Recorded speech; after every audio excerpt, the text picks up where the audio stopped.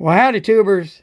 I don't know if anybody's ever seen one of these before, but we got a Husqvarna. How big? 235, 34.4 cc. 34.5 cc. 4.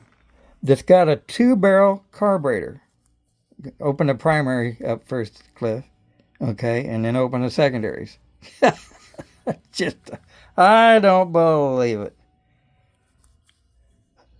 And there's a choke on top.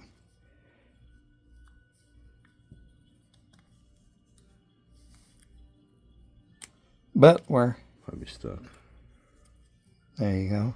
We'll show the 2-barrel again.